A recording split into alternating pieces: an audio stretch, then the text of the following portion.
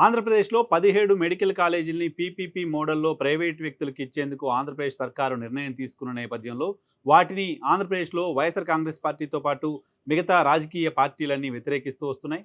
PPP మోడల్‌లో private వ్యక్తులకు కాలేజీలను ఇవ్వడం అంటే పేద ప్రజలకు వైద్యాన్ని దూరం చేయడం, బడుగు వర్గాలకు సంబంధించిన వాళ్ళను వైద్య విద్యకు దూరం చేయడంగా భావించాల్సి ఉంటుంది. ప్రభుత్వం ఆ నిర్ణయాన్ని వెనక్కి తీసుకోవాలి అంటూ కోరుతూ వస్తున్నారు.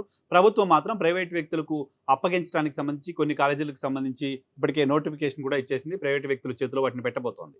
సో, ఈ నేపథ్యంలో ప్రభుత్వం నుంచి వస్తున్న మాట, ప్రభుత్వం చెప్తున్న మాట, ప్రభుత్వం ఇప్పుడున్న పరిస్థితిలో ఆ కాలేజీల నిర్మాణం చేయలేదు.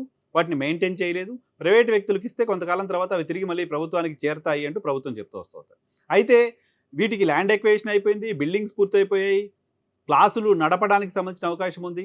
సీట్లు వచ్చే సంవత్సరం నుంచి ఫిల్ చేసుకోవడానికి సంబంధించి అనేక కాలేజీల్లో అవకాశం ఉంది. అయినప్పటికీ ప్రభుత్వం ఇంటెన్షనల్‌గా వీటిని ప్రైవేట్ వ్యక్తులకు కట్టబెడుతోంది అంటూ వైసీపీ ఆరోపిస్తోంది. వైసీపీ కేవలం ఆరోపణ చేయటం మాత్రమే కాకుండా, ఈ మెడికల్ కాలేజీలని ప్రైవేట్ వ్యక్తులకు ఇచ్చే అంశం పైన పోరాటం చేయాలనుకుంటోంది. ఆ పోరాటాన్ని సుదీర్ఘంగా కొనసాగించాలనుకుంటోంది.